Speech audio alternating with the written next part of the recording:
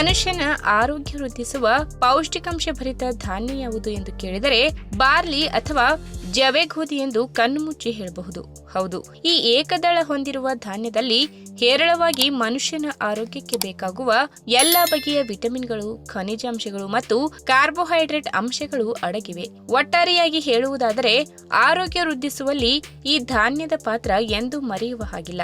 ಅದರಲ್ಲೂ ವಾತಾವರಣದ ಬದಲಾವಣೆಯಿಂದ ಆರೋಗ್ಯದಲ್ಲಿ ಕಂಡುಬರುವ ಸಣ್ಣ ಪುಟ್ಟ ಸಮಸ್ಯೆಗಳಿಂದ ಹಿಡಿದು ದೀರ್ಘಕಾಲದವರೆಗೆ ಕಾಡುವ ಕಾಯಿಲೆಗಳನ್ನೆಲ್ಲ ನಿಯಂತ್ರಿಸುವ ಎಲ್ಲ ಗುಣಲಕ್ಷಣಗಳು ಈ ಧಾನ್ಯದಲ್ಲಿ ಅಡಗಿದೆ.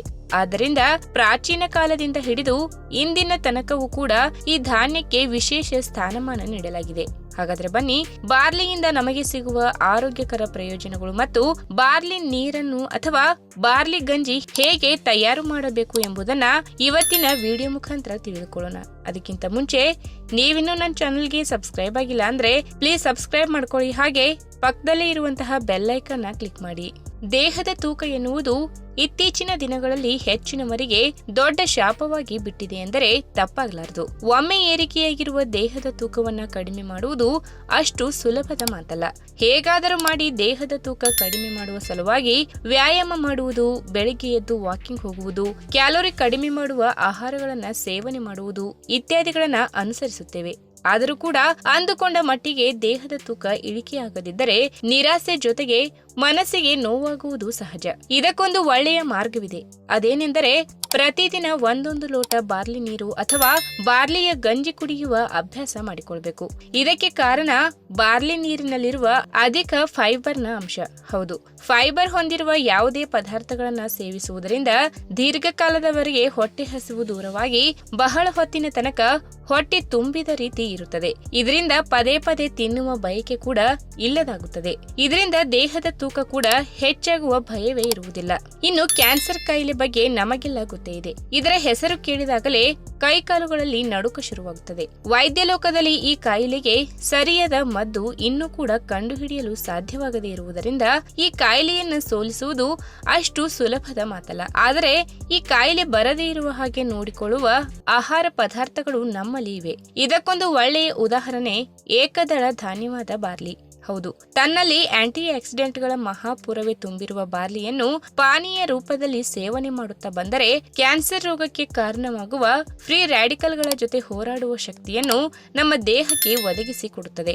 ಮುಖ್ಯವಾಗಿ ಬಾರ್ಲಿ ನೀರನ್ನ ಪ್ರತಿದಿನ 1 ಲೋಟ ಕುಡಿಯುತ್ತಾ ಬಂದರೆ ಗಂಟಲಿನ ಭಾಗದಲ್ಲಿ ಒಳ್ಳೆಯ ಬ್ಯಾಕ್ಟೀರಿಯಾಗಳನ್ನ ಉತ್ಪತ್ತಿ ಮಾಡಿ ಮುಂದಿನ ದಿನಗಳಲ್ಲಿ ಗಂಟಲು ಕ್ಯಾನ್ಸರ್ ಬರುವ ಅಪಾಯವನ್ನ ತಪ್ಪಿಸುತ್ತದೆ. ಇನ್ನು ವಿಶ್ವದಲ್ಲಿಯೇ ಅತಿ ಹೆಚ್ಚು ಸಾವುಗಳಿಗೆ ಹೃದಯಾಘಾತ ಕಾರಣ ಎಂದು ಹಿಂದೆಯೇ ವಿಶ್ವ ಆರೋಗ್ಯ ಸಂಸ್ಥೆ ಜನರನ್ನ ಎಚ್ಚರಿಸಿದೆ. ಇದಕ್ಕೆ ಮುಖ್ಯ ಕಾರಣ ನಾವು ಸೇವನೆ ಮಾಡುವ ಆಹಾರ ಪದ್ಧತಿ, ಅನಾರೋಗ್ಯಕಾರಿ ಜೀವನ ಶೈಲಿ ಹಾಗೂ ಕೆಟ್ಟ ಅಭ್ಯಾಸಗಳಿಂದಾಗಿ ದೇಹದ ರಕ್ತದಲ್ಲಿ ಕೆಟ್ಟ ಕೊಲೆಸ್ಟ್ರಾಲ್ ಹೆಚ್ಚಾಗಿ ಕೊನೆಗೆ ಹೃದಯ ರಕ್ತನಾಳಗಳ ತೊಂದರೆ ಕಂಡುಬಂದು ಹೃದಯಕ್ಕೆ ಸಂಬಂಧಪಟ್ಟ ಸಮಸ್ಯೆಗಳು ಕಂಡುಬರಲು ಶುರುವಾಗುತ್ತದೆ.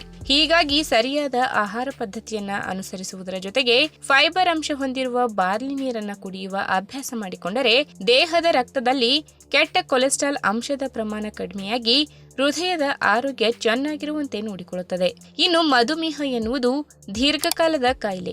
ಈ ಕಾಯಿಲೆ ಒಮ್ಮೆ ಕಾಣಿಸಿಕೊಂಡರೆ ಅದನ್ನು ನಿಯಂತ್ರಣದಲ್ಲಿ ಇಟ್ಟುಕೊಳ್ಳಬೇಕೇ ಹೊರತು ಇದನ್ನು ಸಂಪೂರ್ಣವಾಗಿ ಹೋಗಲಾಡಿಸಲು ಸಾಧ್ಯವಿಲ್ಲ. ಹೀಗಾಗಿ ಕಟ್ಟುನಿಟ್ಟಿನ ಆಹಾರ ಪದ್ಧತಿ, ಸರಿಯಾದ ಜೀವನ ಶೈಲಿ ಹಾಗೂ ವೈದ್ಯರ ಸಲಹೆಗಳ ಜೊತೆಗೆ ಪ್ರತಿದಿನ 1 ಲೋಟ ಬಾರ್ಲಿ ನೀರನ್ನ ಕುಡಿಯುತ್ತಾ ಬಂದರೆ ರಕ್ತದಲ್ಲಿ ಸಕ್ಕರೆ ಮಟ್ಟ ಏರಿಕೆಯಾಗದೆ ಮಧುಮೇಹ ನಿಯಂತ್ರಣಕ್ಕೆ ಸಿಗುತ್ತದೆ.